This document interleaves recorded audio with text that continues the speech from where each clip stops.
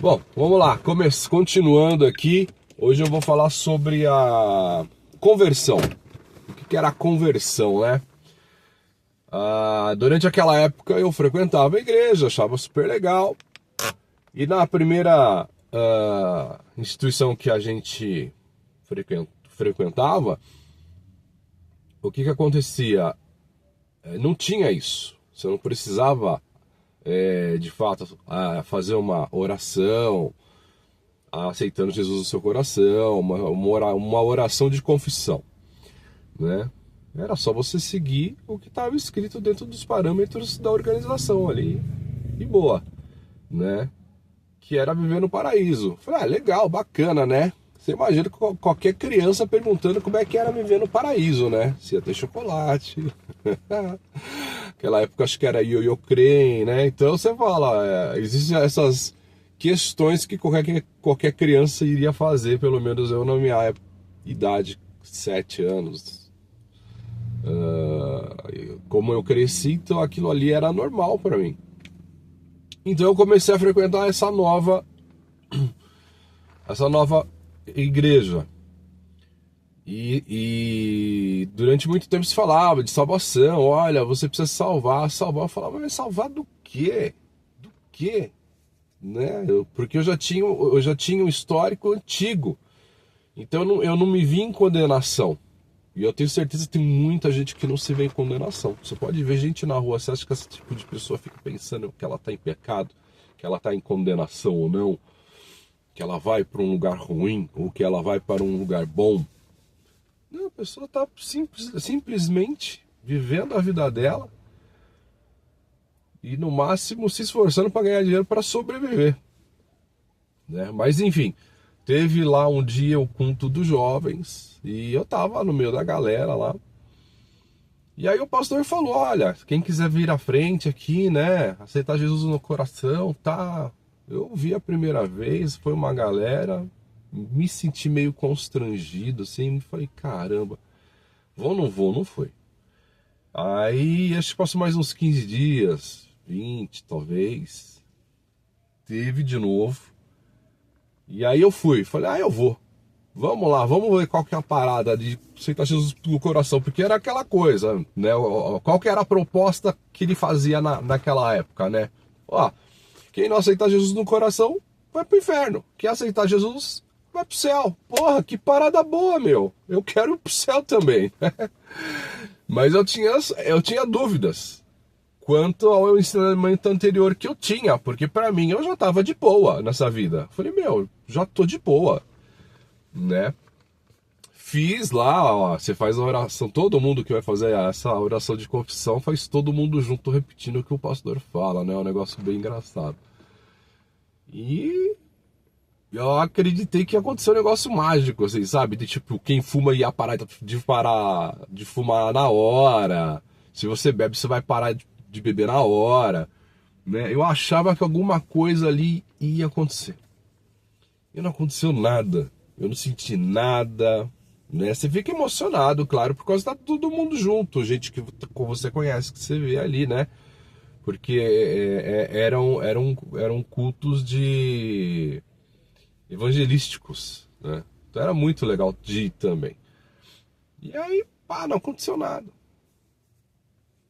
E aí, durante o tempo que eu fui vendo a conversão em mim, né? Que daí você começa a ter uma consciência sobre isso. Por quê? Né? Por que não aconteceu nada? Eu falei, tem que ter acontecido alguma coisa. E eu falo que não existe conversão mágica, né? Conversão mágica é doideira. Tem um monte de gente aí que você vai em igreja que você vê uns negócios assim bem malucos, né? Até pela internet você vai ver. Tipo eu falando pra você agora. Que é a conversão mágica, né? Pau, cara, puf, né? O cara tem gente que gira, tem gente que vomita, vira cambalhota, né? É cada loucura assim que você... É loucura. E aí o que aconteceu? Eu comecei a ver que eu já vinha de uma conduta de uma família tranquila.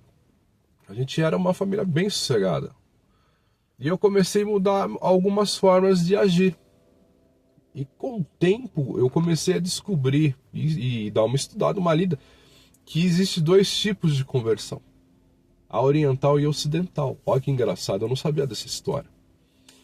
E aí, o que acontece? A nossa cultura aqui, que é a ocidental,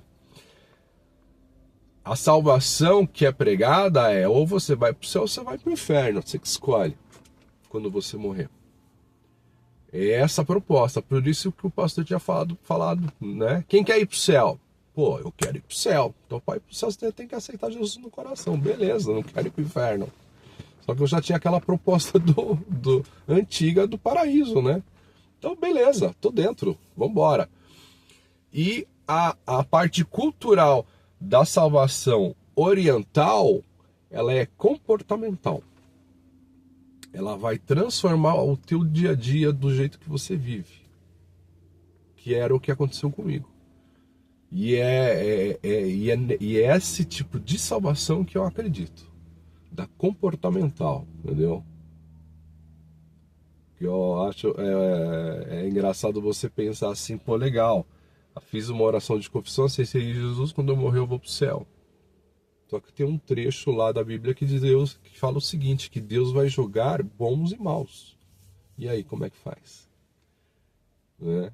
Então, é assim, eu acho que tudo se liga nesse ponto da parte comportamental. Eu conheço muita gente que foi mudando, que era uma pessoa, de repente ela virou outra. Mas não foi do dia para a noite. Foi um processo que foi acontecendo. E para mim foi assim. Foi tranquilo. Eu falo que minha conversão não é que nem aquelas conversões, ou o pessoal dá testemunho falando de porque eu era assim, era assado, eu vivia na droga, né? Eu acho até bonito esse tipo de conversão, quando a pessoa tem. Né? Cara, aceitei Jesus, vivia nas drogas, vivia na prostituição, dormia na rua, enfim, vamos dizer esse tipo de confissão. Agora tem aquela confissão, não, eu abusava da minha mulher, eu batia nela, batia nos meus filhos, me tornei um pai melhor, entendeu? Eu traía meu marido, hoje eu não traio mais, você entendeu? Então a parte do comportamentalismo é muito mais importante, porque a promessa da fé de você ir para Cristo, porque se você for um cristão genuíno que acredita, você vai entender que você tem uma segunda vida. E numa próxima eu vou contar outras coisas que vão acontecendo aí. Mas foi bem isso que aconteceu naquela época.